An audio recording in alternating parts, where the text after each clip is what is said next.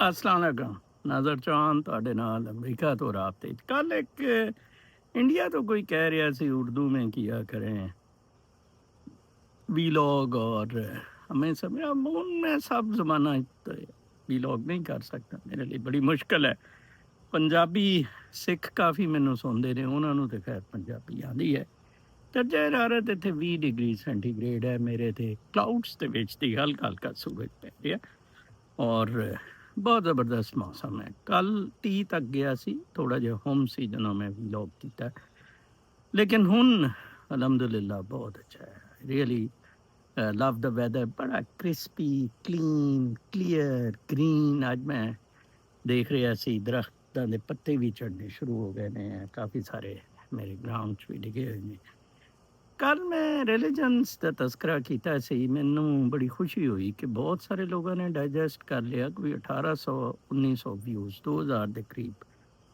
Views ਚਲੇ ਗਏ ਨੇ ਬਹਿਰਹਾਲ ਇਸ ਤਰ੍ਹਾਂ ਹੀ ਹੈ ਮੈਂ ਅੱਜ ਰਿਲੀਜਨਸ ਤੋਂ ਅੱਗੇ ਤੁਹਾਨੂੰ ਲੈ ਕੇ ਜਾਂਦਾ ਉਹ ਤੋਂ ਪਹਿਲਾਂ ਪਾਕਿਸਤਾਨੀ ਪੋਲੀਟਿਕਸ ਜਾਂ ਦੁਨੀਆਈ ਸਿਆਸਤ ਜਿਹੜੀ ਹੈ ਪਾਕਿਸਤਾਨ ਦੇਖੋ ਜੀ ਉਹਨਾਂ ਨੇ ਹੁਣ ਮੈਂ ਸਭ ਤੋਂ ਪਹਿਲਾਂ ਕਿਹਾ ਸੀ ਕਿ ਇਮਰਾਨ ਖਾਨ ਨੂੰ ਇਹਨਾਂ ਨਾਲ ਮਰੀ 'ਚ ਮਾਰਨ ਦਾ ਪਲਾਨ ਆਦਿਲ ਰਾਜਾ ਨੇ ਵੀ ਕਿਹਾ ਸੀ ਮਾਰਨ ਦਾ ਪਲਾਨ ਹੈ ਹੁਣ ਉਹ ਸਾਰੇ ਪਾਪਾ ਮਹਿਮੂਦ ਅਚਕਜ਼ਈ ਔਰ ਅਖਤਰ ਮੈਂਗਲ ਜਿਹੜੇ ਐਸਟੈਬਲਿਸ਼ਮੈਂਟ ਦੇ ਮੋਰੇ ਨੇ ਉਹ ਵੀ ਸਾਹਮਣੇ ਆ ਗਏ ਕੁਛ ਨਹੀਂ ਹੋਣਾ ਇਹ ਮੁਲਕ ਮੁੱਕ ਚੁੱਕਿਆ ਇਹ ਮੁਲਕ ਖਤਮ ਹੋ ਚੁੱਕਿਆ ਹੈ ਮੈਨੂੰ ਅੱਜ ਬੜਾ ਦੁੱਖ ਹੋਇਆ ਕਿ ਇੱਕ ਬੜੇ ਅੱਛੇ ਡਾਕਟਰ ਨੇ ਡਾਕਟਰ ਜਾਵੇਦ ਇਵਾਨ ਬੜੇ ਪੀਰ ਮੁਰਸ਼ਦ ਟਾਈਪ ਨੇ ਔਰ ਬੜਾ ਗਰੀਬਾਂ ਦਾ ਮੁਫਤ ਇਲਾਜ ਬੜੇ ਬੜੇ ਪਾਕਿਸਤਾਨ ਦੇ ਕੋਨਿਆਂ ਤੋਂ ਲੋਕ ਆਉਂਦੇ ਨੇ ਤੇ ਫੈਸਲਾਬਾਦ 'ਚ ਇੱਕ ਮੇਰੇ ਫੋਲੋਅਰ ਦੀ ਅੰਮੀ ਦਾ ਨਾ ਕੋਈ ਚੂਲਾ ਹਿਲ ਗਿਆ ਕੋਈ ਟੇਕ ਕੇ ਜਾਂ ਕੀ ਹੋਇਆ ਉਹਨੇ ਕਿਹਾ ਤੁਸੀਂ ਉਹ ਡਾਕਟਰ ਦਾ ਦੱਸਿਆ ਸੀ ਮੈਨੂੰ ਨੰਬਰ ਦੇਣਾ ਮੈਂ ਉਹਨੂੰ ਨੰਬਰ ਦੇ ਦਿੱਤਾ ਉਹਦੇ ਅਸਿਸਟੈਂਟ ਨੇ ਕਿਹਾ ਜੀ ਕਿ ਉਹ ਡਾਕਟਰ ਸਾਹਿਬ ਨੰਬਰ ਨਹੀਂ ਦਿੰਦੇ ਹੁੰਦੇ ਕਿਉਂਕਿ ਇੱਥੇ ਬੜਾ ਮਾਫੀਆ ਅੱਗੇ ਇੱਕ ਬੰਦੇ ਨੂੰ ਡਾਕਟਰ ਨੂੰ ਕਤਲ ਕਰ ਦਿੱਤਾ ਸੀ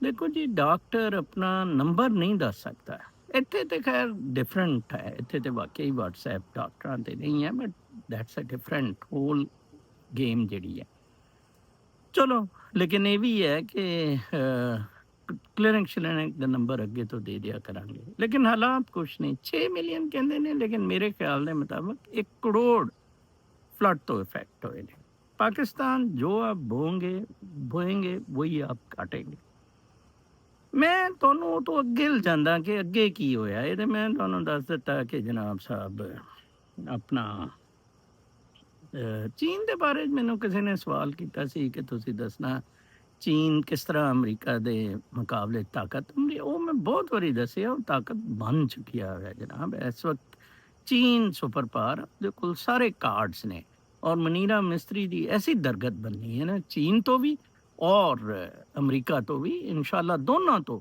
ਇਸ ਹਰਾਮਜ਼ਾਦੇ ਦੀ ਟੂਈ ਟਾਈਟ ਹੋਏਗੀ ਠੀਕ ਹੈ ਤੁਸੀਂ ਦੇਖ ਲੈਣਾ ਇਹ ਐਡਾ ਬਗੈਰਤ ਹੈ ਐਡਾ ਕਮੀਨਾ ਹੈ ਐਡਾ ਕੁੱਤਾ ਆ ਇਹ ਇੰਨੇ ਸਾਰੇ ਲੋਕਾਂ ਦਾ ਕਾਤਲ ਹੈ ਔਰ ਸਿਰ 'ਚ ਗੋਲੀਆਂ ਜਿਸ ਤਰ੍ਹਾਂ ਮੈਂ ਮੋਦ ਤੱਕ ਦੱਸ ਰਿਹਾ ਸੀ ਕਿ ਕਦੀ ਵੀ ਗੋਰਿਆਂ ਨੇ ਵੀ ਨਹੀਂ ਮਾਰੀਆਂ ਇਹ ਬਹੁਤ ਜ਼ਿਆਦਤੀ ਹੈ ਔਰ ਹਰਾਮਜ਼ਦਗੀ ਹੈ ਅਸੀਂ ਅੱਗੇ ਆਉਂਦੇ ਹਾਂ ਫਿਲੋਸਫਰਸ ਵਗੈਰਾ ਇਹ ਗ੍ਰੀਕ ਸੁਕਰਾਤ ਆਇਆ ਜਿਹਨੇ ਕਿਹਾ ਕਿ ਸੋਚੇ ਇਹ ਨਹੀਂ ਕਿਹਾ ਕਿ ਕੀ ਸੋਚੇ ਔਰ ਉਹਨੂੰ ਜ਼ਹਿਰ ਦਿੱਤਾ ਗਿਆ ਡਾਇਜਨੀਸ ਉਹਨਾਂ ਦਿਨਾਂ 'ਚ ਨੰਗਾ ਫਿਰਦਾ ਹੁੰਦਾ ਸੀ ਔਰ ਡਾਇਓਜਨੀਸ ਜਿਹੜਾ ਹੈ ਨਾ ਉਹ ਆਪਣਾ ਨੰਗਾ ਫਿਰਦਾ ਹੁੰਦਾ ਸੀ okay bye bye wish okay bye okay will later on come will ਬੱਚਾ ਨਵਾਸੀ ਜਾ ਰਹੇ ਸੀ ਤੇ ਨਾਨਾ ਬਾਏ ਬਾਏ ਕਰ ਰਹੇ ਸੀ ਤੇ ਸ਼ਾਮ ਨੂੰ ਮੈਂ ਉਹਨਾਂ ਦੇ ਕੋਲ ਜਾਵਾਂਗਾ ਤੇ ਉਹ ਕਹਿੰਦੇ ਨੇ ਕਿ ਸ਼ਾਇਦ ਉਹ ਤੁਹਾਨੂੰ ਹੈਲੋ ਹਾਈ ਕਰਨਾ ਚਾਹੁੰਦੇ ਨੇ ਤੇ ਮੈਂ ਕਹਿੰਦਾ ਦੋਨੋਂ ਪਿੱਦੇ ਜਿਹੇ ਆ ਕੇ ਤੁਹਾਨੂੰ okay you for Don't watch this. If you're Pakistan, don't watch this. If you're Pakistan, don't watch this. If you're Pakistan, never watch this. If you're Pakistan, never watch this. Okay, bye. Okay. ਇਹਨਾਂ ਤੋਂ okay bye take care ਇਹਨਾਂ ਤੋਂ ਮੈਂ ਜੀ ਆਪਣੀ dopamine ਹਾਸਲ ਕਰਦਾ ਬਹੁਤ એનર્ਜੀ ਬੜੇ ਪਿਆਰੇ ਬੱਚੇ ਨੇ ਮੈਨੂੰ ਬਲਕਿ ਅੱਜ ਦੁੱਖ ਹੋ ਰਿਹਾ ਸੀ, ਸ਼ਾਇਦਾ ਨੇ ਨੂੰ ਮੈਂ ਪੇਇੰਗ ਗੈਸਟ ਦਾ ਅਰੇਂਜ ਕਰ ਰਿਹਾ। ਬਹੁਤ ਸਾਰੇ ਲੋਕਾਂ ਨੇ ਕਿਹਾ ਸੀ ਫੁੱਲਾਂ ਦੀ ਤਰ੍ਹਾਂ ਰੱਖਾਂਗੇ, ਸਾਡੀ ਮਹਿਮਾਨ ਹੈ ਇਹ ਉਹ। ਵੈਸੇ ਵੀ ਸਟੇਟ ਉਹਨੂੰ $3000 ਦਿੰਦੀ ਹੈ। ਤੇ ਸ਼ਾਇਦਾ ਨੇ ਅੱਜ ਮੈਸੇਜ ਕੀਤਾ ਹੋਇਆ ਸੀ ਕਿ let's think and moving out. ਤੇ ਮੈਂ ਸੋਚ ਰਿਹਾ ਸੀ ਕਿੰਨਾ ਕਮਬਖਤ ਉਹਦਾ ਬੇਟਾ ਆ, ਜਿਹੜਾ ਆਪਣੀ ਮਾਂ ਨੂੰ, ਜੰਨਤ ਨੂੰ, ਕੋ ਕ੍ਰੀਏਟਰ ਨੂੰ, ਹਾਜੀ ਸਾਹਿਬ ਨੇ ਬੜੀ ਤਾਰੀਫ ਕੀਤੀ ਕਿ ਨਾ ਸਾਹਿਬ ਤੁਸੀਂ ਕੋ ਕ੍ਰੀਏਟਰ ਦਾ ਵਾਲਦਾ ਲਿਖਿਆ। ਵਾਲਦ ਵੀ ਹੁੰਦਾ ਆ, ਲੇਕਿਨ ਮਾਂ ਦੇ ਪਾँव ਤਲੇ ਜੰਨਤ, ਜਿਸ ਤਰ੍ਹਾਂ ਉਹ ਪਿਆਰ ਕਰਦੀ ਹੈ ਅੱਲਾ ਰੱਬ ਵਾਲਾ ਬੇਲੋਸ ਲਵ, ਔਰ ਉਹਨੂੰ ਧੱਕੇ ਧੁੱਕੇ ਦੇ ਕੇ ਤੁਸੀਂ ਓਲਡ ਹਾਊਸ ਪੇਇੰਗ ਗੈਸਟ, ਬੜੀ ਲਾਨਤ ਹੈ ਉਹਦੇ ਬੇਟੇ ਕਾਮਰਾਨ ਤੇ। ਔਰ ਉਹ ਭੁਗਤੇਗਾ ਸਾਰੀ ਉਮਰ ਹੈ ਬਦਮਾਸ਼ੀ, ਗੁੰਡਾਗਰਦੀ, ਕੁੱਤਪੁਣਾ, ਹਰਾਮਜ਼ਦਗੀ, ਜ਼ਲਾਲਤ, ਕਮੀਨਗੀ ਭੁਗਤੇਗਾ ਕਾਮਰਾਨ। ਇਹ ਮੈਂ ਤੁਹਾਨੂੰ ਦੱਸ ਦਿਆਂ, ਠੀਕ ਹੈ ਨਾ ਜੀ। ਬੀਵੀ ਦੇ ਪਿੱਛੇ ਲੱਗ ਕੇ ਦੇयर ਹੈਜ਼ ਟੂ ਬੀ ਬੈਲੈਂਸ। ਅੱਛਾ, ਮੈਂ ਸੁਕਰਾਤ ਦਾ ਕਹਿ ਰਿਹਾ ਸੀ ਤੁਹਾਨੂੰ। ਸੁਕਰਾਤ ਨੇ ਬੜੀ ਅੱਛੀ ਦਿੱਤੀ ਕਿ ਜੀ ਸੋਚੋ, ਇਹ ਨਹੀਂ ਕਿਹਾ ਕੀ ਸੋਚੋ, ਔਰ ਉਹਨੂੰ ਟੰਗ ਦਿੱਤਾ ਗਿਆ, ਜਿਹਦੀ ਵਜ੍ਹਾ ਨਾਲ ਐਰਿਸਟੋਟਲ ਔਰ ਪਲੇਟੋ ਨੇ ਇਸਟੈਬਲਿਸ਼ਮੈਂਟ ਦੇ ਮੁਤਾਬਕ ਔਰ ਫਿਲੋਸਫਰ ਕਿੰਗਸ ਬਣਾਉਣੇ ਸ਼ੁਰੂ ਕਰ ਦਿੱਤੇ। ਲੇਕਿਨ ਉਸੇ ਹੀ ਵਕਤ ਇੱਕ ਬੰਦਾ ਬਹੁਤ ਜ਼ਬਰਦਸਤ ਸੀ, ਮਲੰਗ ਸੂਫੀ, ਨੇਕਡ ਫਿਰਦਾ ਸੀ, ਡਾਇਓਜਨੀਸ ਵੀ ਜ਼ੀਨੋ ਦੇ ਨਾਲ ਸਿਨਿਕਸ, ਤੇ ਜ਼ੀਨੋ ਨੇ ਸਟਾਰਟ ਕੀਤਾ ਸੀ ਸਿਨਿਸਿਜ਼ਮ। ਉਹ ਮੇਰੀ ਤਰ੍ਹਾਂ ਚੀਜ਼ਾਂ ਨੂੰ ਬਿਲਕੁਲ ਪਲੇਨ ਦੇਖਦਾ ਸੀ, ਸਟ੍ਰੇਟ ਦੇਖਦਾ ਸੀ। ਉਹ ਬੜਾ ਮਜ਼ਾਕ ਪਲੇਟੋ ਦਾ ਬਣਾਉਂਦਾ ਹੁੰਦਾ ਸੀ। ਉਹ ਕਹਿੰਦਾ ਸੀ ਇਹ ਦੇਖ ਲੈ, ਬਤਖ ਨੂੰ ਲੈ ਜਾਂਦਾ ਸੀ ਕਿ ਇਹ ਵੀ ਦੋ ਪੈਰਾਂ ਤੇ ਖੜੀ ਹੈ, ਤੂੰ ਕਹਿੰਦਾ ਕਿ ਦੋ ਲੱਤਾਂ ਤੇ ਖੜੇ ਹੋਣੇ ਵਾਲੇ ਇਨਸਾਨ ਜਿਹੜੇ ਆ ਉਹ ਹਿਊਮਨ ਬੀਇੰਗਸ ਹੈ, ਤੇ ਇਹ ਜਾਨਵਰ ਨੇ, ਇਹ ਦੇਖ ਲੈ ਇਹ ਵੀ ਦੋ ਲੱਤਾਂ ਤੇ ਹੈ। ਬਹਿਰਹਾਲ ਉਹ ਬਹੁਤ, ਉਹਨੂੰ ਜ਼ਰੂਰ ਪੜ੍ਹਨਾ ਕਿਸੇ ਵਕਤ, ਗੂਗਲ ਕਰਕੇ ਬਹੁਤ ਸਾਰਾ ਮਟੀਰੀਅਲ ਹੁਣ ਆਰਟੀਫਿਸ਼ੀਅਲ ਇੰਟੈਲੀਜੈਂਸ ਤੋਂ ਤੁਹਾਨੂੰ ਮਿਲ ਸਕਦਾ। ਉਹ ਤੋਂ ਬਾਅਦ ਤੋਂ ਮੈਂ ਸਟ੍ਰੇਟ ਤੁਹਾਨੂੰ ਲੈ ਆਂਦਾ ਆ ਉਹ ਤੋਂ, ਉਹਦੇ ਤੋਂ ਕੋਈ 2000 ਸਾਲ ਬਾਅਦ, ਬਲਕਿ 2000 ਸਾਲ ਬਾਅਦ ਮੈਂ ਤੁਹਾਨੂੰ ਸਰਮਦ ਤੇ ਲੈ ਆਂਦਾ। ਸਰਮਦ ਕਾਸ਼ਾਨੀ 17ਵੀਂ ਸਦੀ, 18ਵੀਂ 17ਵੀਂ ਸਦੀ, ਬਹੁਤ ਜ਼ਬਰਦਸਤ ਆਦਮੀ। ਔਰੰਗਜ਼ੇਬ ਐਕਚੁਅਲੀ ਇਸਟੈਬਲਿਸ਼ਮੈਂਟ ਦਾ ਬੰਦਾ ਸੀ। ਔਰੰਗਜ਼ੇਬ ਗੋਰਿਆਂ ਨੇ ਲਿਆਂਦਾ ਸੀ ਗੋਰਬਚੋਵ ਦੀ ਤਰ੍ਹਾਂ ਟੁਕੜੇ ਕਰਨ, ਇੰਡੀਆ ਤੇ ਕੰਟਰੋਲ ਕਰਨ ਲਈ। ਦਾਰੋ ਸ਼ਿਕੋ ਨੂੰ ਸ਼ਿਕਸਤ ਹੋਈ। ਦਾਰੋ ਸ਼ਿਕੋ ਨੇ ਸੇਂਟਸ ਰੱਖੇ ਹੋਏ ਸੀ, ਤੇ ਉਹਨੇ ਇਹਨੂੰ ਰੱਖਿਆ ਸੀ। ਜਿਸ ਤਰ੍ਹਾਂ ਉਹ ਟੈਮਰਲਿਨ ਦਾ ਜਿਹੜਾ ਨਵਾਸਾ ਆ, ਉਹ ਟੈਮਰਲਿਨ ਦਾ ਪੋਤਾ ਜਿਹੜਾ ਆ, ਉਹ ਬੜੇ ਹਾਈਲੀ ਲਿਟਰੇਟ ਲੋਕਾਂ ਨੂੰ ਰੱਖਦਾ ਸੀ ਆਪਣੇ ਨਾਲ। ਐਸਟ੍ਰੋਨੋਮੀ ਦਾ ਉਹਨੇ ਬਣਾਇਆ, ਉਹਨੂੰ ਉਹਨਾਂ ਨੇ ਕਤਲ ਕਰ ਦਿੱਤਾ। ਠੀਕ ਹੈ ਜੀ। ਬਿਲਕੁਲ ਇਸੇ ਤਰ੍ਹਾਂ ਹੋਇਆ ਹੈ ਕਿ ਦਾਰੋ ਸ਼ਿਕੋ ਦੀਆਂ ਵੀ ਅੱਖਾਂ ਕੱਢ ਲਈਆਂ ਜਦੋਂ ਸ਼ਾਹਜਹਾਂ ਦੀਆਂ, ਜਦੋਂ ਔਰੰਗਜ਼ੇਬ ਨੇ ਤਖਤ ਲਿਆ ਇੰਡੀਆ ਦਾ, ਤੇ ਉਹਦੇ ਢੇ ਚੜ ਗਿਆ ਖਾਕਾਨੀ, ਆਪਣਾ ਸਰਮਦ ਕਾਸ਼ਾਨ ईरान से पैदा ਹੋਇਆ ਸੀ। ਅਰਮੀਨੀਅਨ ਜਿਊ ਕਿਹਾ ਜਾਂਦਾ।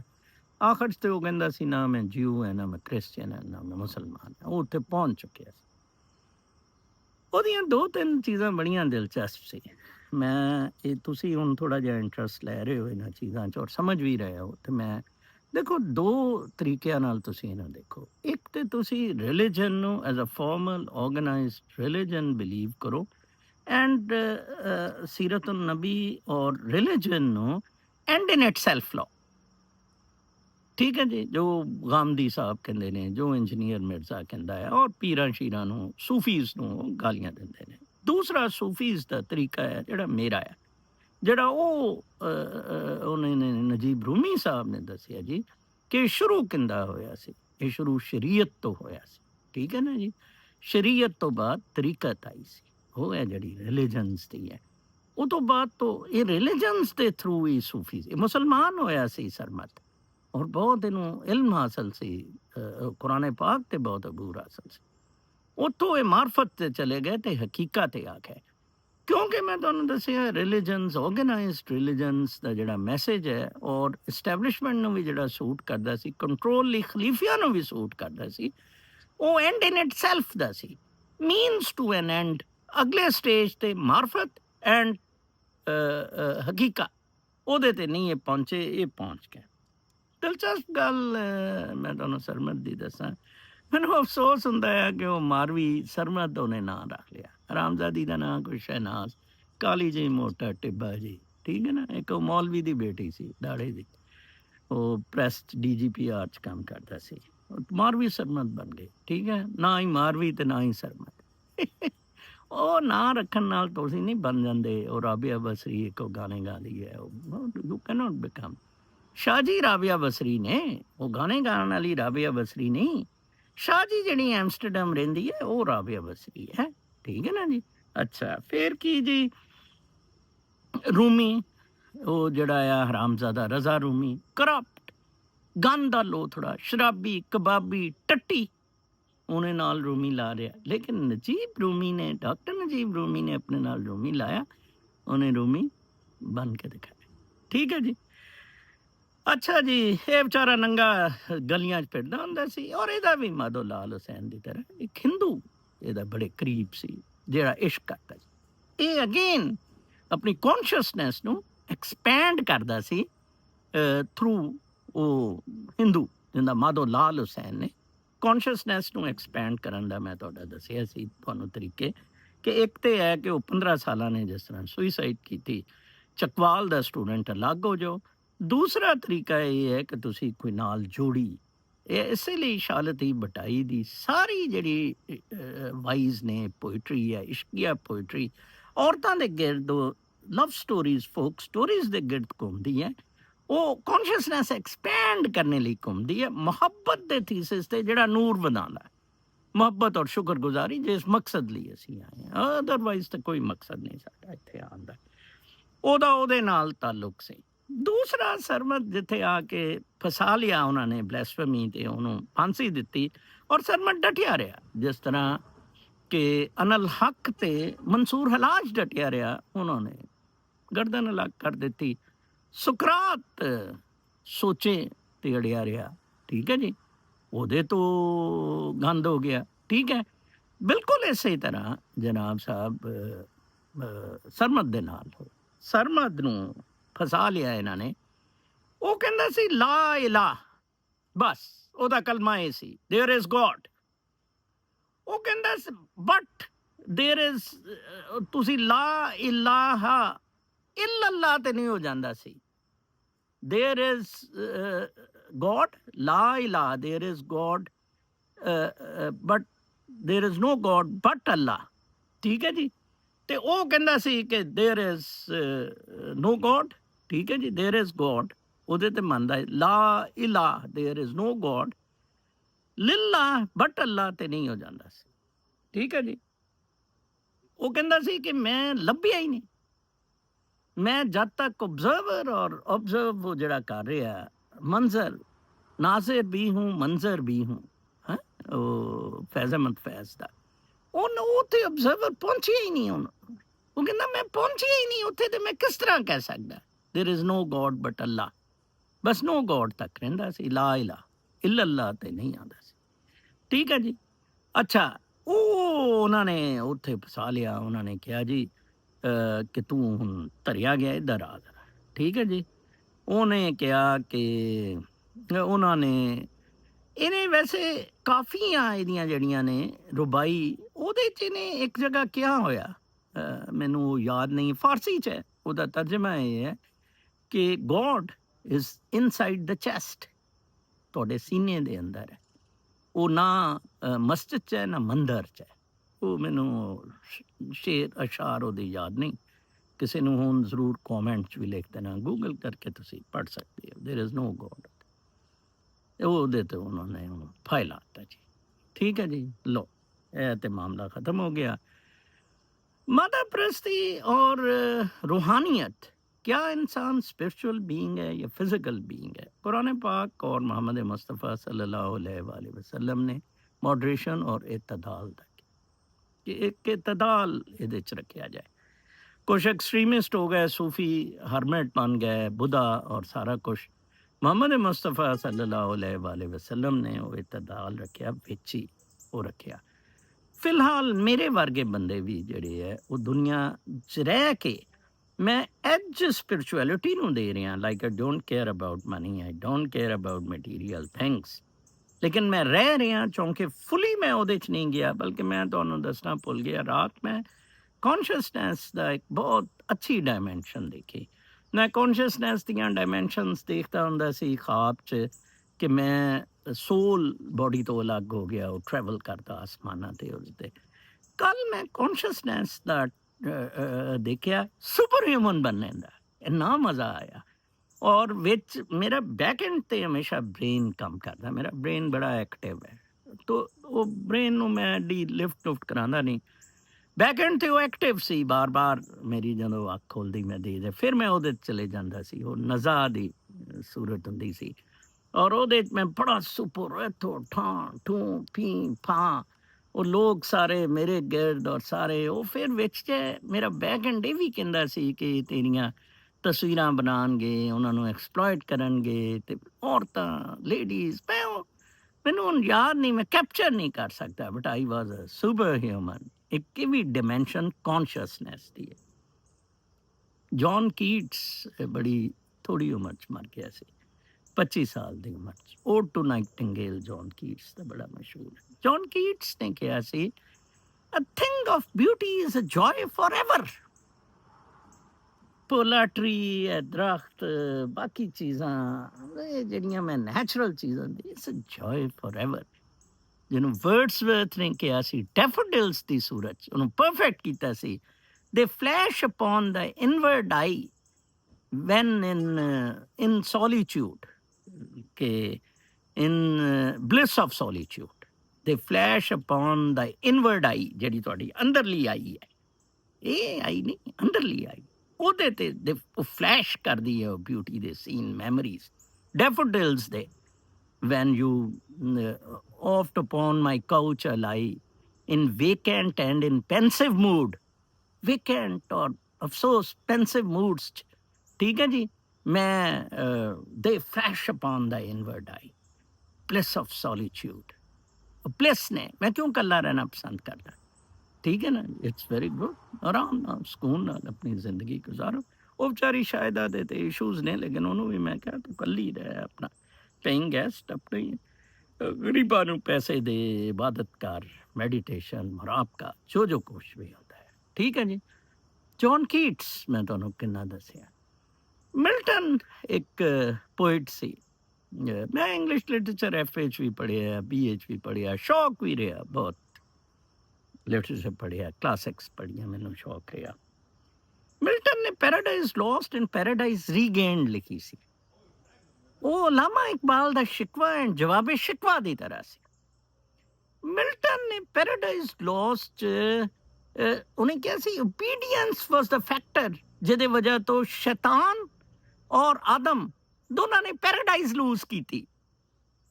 ਔਰ ਉਹਨੇ ਕਿਹਾ ਕਿ ਇਹ ਰੀਗੇਨ ਕਿਸ ਤਰ੍ਹਾਂ ਹੁੰਦੀ ਹੈ।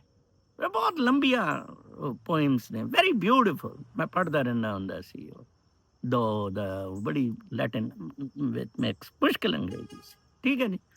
ਅੱਛਾ, ਤੇ ਓਬੀਡੀਐਂਸ ਦੇ ਨਾਲ ਉਹਨੇ ਕਿਹਾ ਰੀਗੇਨ ਹੋ ਸਕਦੀ ਹੈ।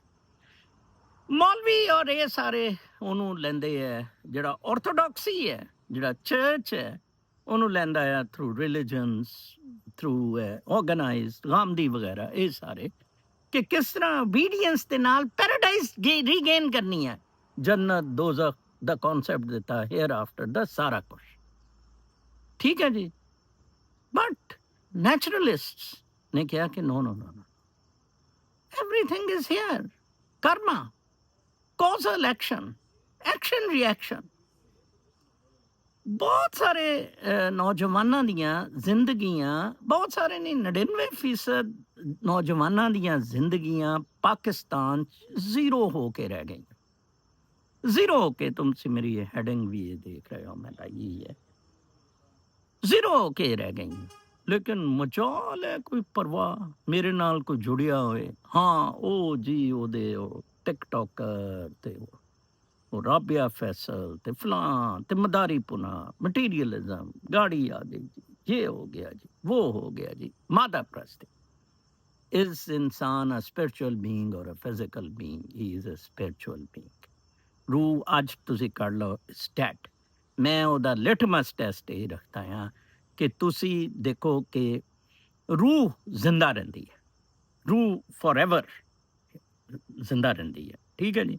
तो ਇਹਦਾ ਮਤਲਬ ਹੈ ਕਿ ਇਨਸਾਨ ਖਤਮ ਹੋ ਜਾਂਦਾ ਹੈ, ਗੋਸ਼ਤ ਲੋਚ ਪੋਥੜਾ वो तो खत्म हो जाएगा, डिके हो जाएगा, केमिकल दोबारा फॉर्म चले जाएगा, लेकिन एनर्जी बैक टू कायनात ते रक्स। ਮੈਨੂੰ ਅਗਲੇ ਦਿਨ ਇਕਬਾਲ ਮਹੀਉਦੀਨ ਸਾਹਿਬ ਨੇ ਸਾਊਥ ਅਫਰੀਕਾ, ਜਿਹੜੇ ਸਾਡੇ ਦਰਵੇਸ਼ ਬਜ਼ੁਰਗ ਰਹਿੰਦੇ ਨੇ, ਅਸੀਂ 3 ਭਾਈ ਬਜ਼ੁਰਗ, उन्होंने कहा नज़र साहब मैं दुआ मांगी कोनिया में आके मौलाना रूमी के मज़ार पे कि अल्लाह ताला नज़र चौहान की आवाज़ में यही गरज रखे जिससे वो मुर्दों को, जिससे वो इसराफील बनकर मुर्दों को उठा सके। ये जो पाकिस्तानी हैं मुर्दे हैं, ठीक है, तो उन्हें क्या इसराफील बन के नज़र चौहान इन्हें मुर्दियां ਨੂੰ उठा सके। एडगर एलन पो ने अपनी पोइम्स, अमरीकी पोएट, बहुत ज़बरदस्त एडगर एलन पो, पढ़ना होती नज़म। यार आप लिखते पढ़ते नहीं हैं, लाइब्रेरीज नहीं जाते हैं, आपको पर्सपेक्टिव नहीं पता लगता, जाएंगे तो एक ही जगह मर जाएंगे, उतो ही सब कुछ है, उतो ने ये कह दिया। दसो देखो कमजोरियां हर एक दियां थ्रेड तुहानू दे रहे हैं, ठीक है जी। एडगर एलन पो ने कहा when the trumpets would be blown, Holi Quran नु कोट कीता, when the trumpets would be blown and Israfil सूर फूंकेगा, trumpets would be blown। हाँ वो नूर दा दोबारा नूर दी एक डायमेंशन आएगी, फिजिकल बीइंग नहीं उठेगा, नूर दी डायमेंशन होएगी। मैं रात बहुत ही अजीब गरीब डायमेंशन सी, पहली बारी 66 साल की आया कॉन्शियसनेस नहीं, बहुत मैनू मज़ा भी आ रहा सी, और बैक एंड कह रहा सी कि it's cheating, you are being duped, but I was enjoying it, ठीक है। मैं कॉन्शियसनेस जी सैक्स भी कर लेंदा है, बाकी चीज़ां भी, I can get away man and other in some other dimensions. Physical being की बिल्कुल कोई ज़रूरत नहीं। Physical being is just keep it at the as a back burner। देखो हुन मेरे ज्यादा नूर आ गया 1 मील अ डे तो बात, तो हुन बहुत ज्यादा मजा आंदा।